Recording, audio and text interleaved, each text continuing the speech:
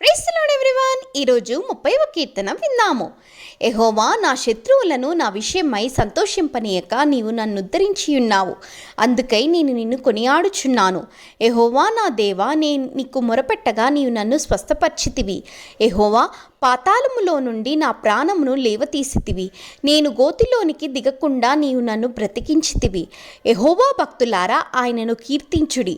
ఆయన పరిశుద్ధమైన జ్ఞాపకార్థ నామమును బట్టి ఆయనను స్తుతించుడి. ఆయన కోపము నిమిషమాత్రముండును, ఆయన దయ ఆయుష్కాలమంతయు నిల్చును. సాయంకాలంన ఏడుపు వచ్చి రాత్రి ఉండినను ఉదయంన సంతోషము కలుగును. నేనెన్నడూ కదలనని నా క్షేమకాలమున అనుకొంటిని.